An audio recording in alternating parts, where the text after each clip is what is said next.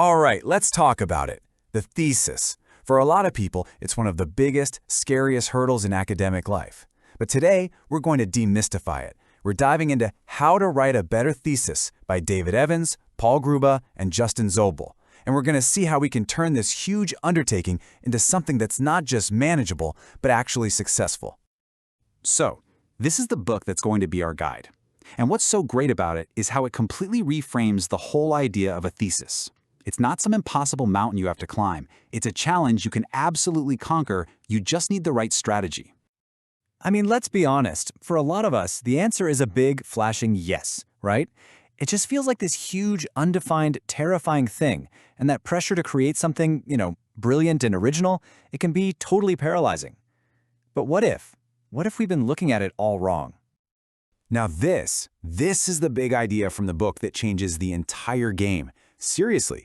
Stop thinking about your thesis as this grand, artistic masterpiece that has to just magically appear from your brain. Instead, think of it as a final exam. That's it. An exam with really clear questions, a specific format, and a rubric you can actually study for. Okay, so let's really dig into that. What does it actually mean to treat your thesis like it's an examination? This quote just cuts right through all the noise, doesn't it? Your goal isn't just to talk about your research. Your number one primary purpose is to prove to a panel of experts that you have mastered the skills of a researcher. So it's kind of like a performance. And the thesis itself, that's your script. When you think about it, your whole degree has basically been an apprenticeship. And the thesis is your final test. It's your big chance to show everyone, okay, I'm ready. I'm ready to join the community of scholars. So if the thesis is an exam, well then there have to be judges, right? And to pass any test, you need to know exactly what those judges, your examiners, are actually looking for. What are the questions you're actually being graded on? Well, the great news is it's not some big secret. Universities literally give guidelines to their examiners, which means they pretty much give us the answer key. And here it is. This checklist turns this whole mysterious process into a clear roadmap. Your examiners are grading you on these exact things.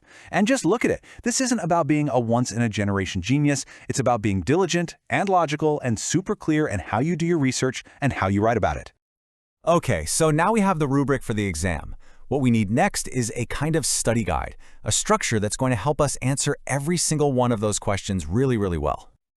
This right here is such a classic mistake. So many students just write their thesis chronologically, almost like a lab notebook. First I did this experiment, then that didn't work, so then I tried this other thing. But a thesis is not a diary. It's a persuasive document. You have to structure it to build a powerful, logical argument that takes your reader by the hand and leads them from your big question all the way to your final answer. And thankfully, there is a standard structure that works beautifully for this. It's got 4 main parts. First, the introduction, where you lay out the problem. Then, the background, where you cover what everyone already knows. The core, which is all your original work.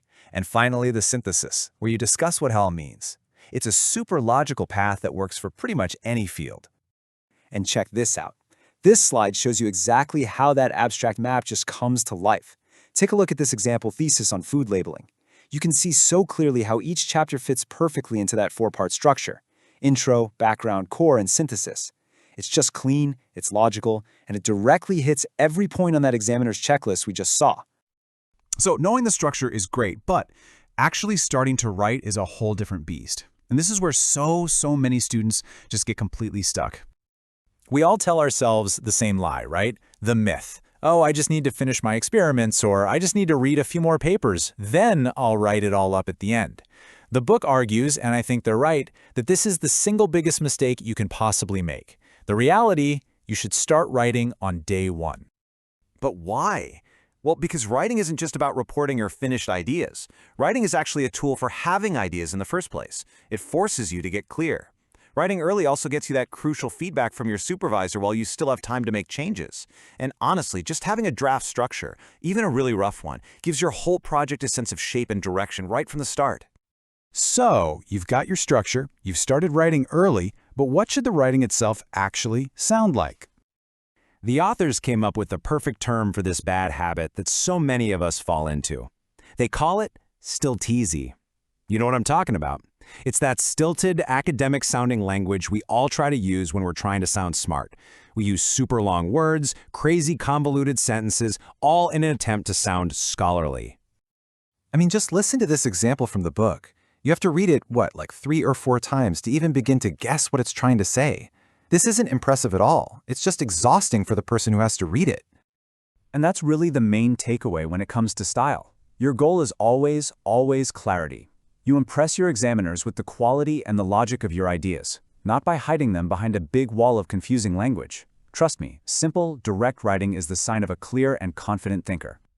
Okay, so let's bring all of these different threads together and map out what your path to finally getting this thing done looks like. So, let's recap.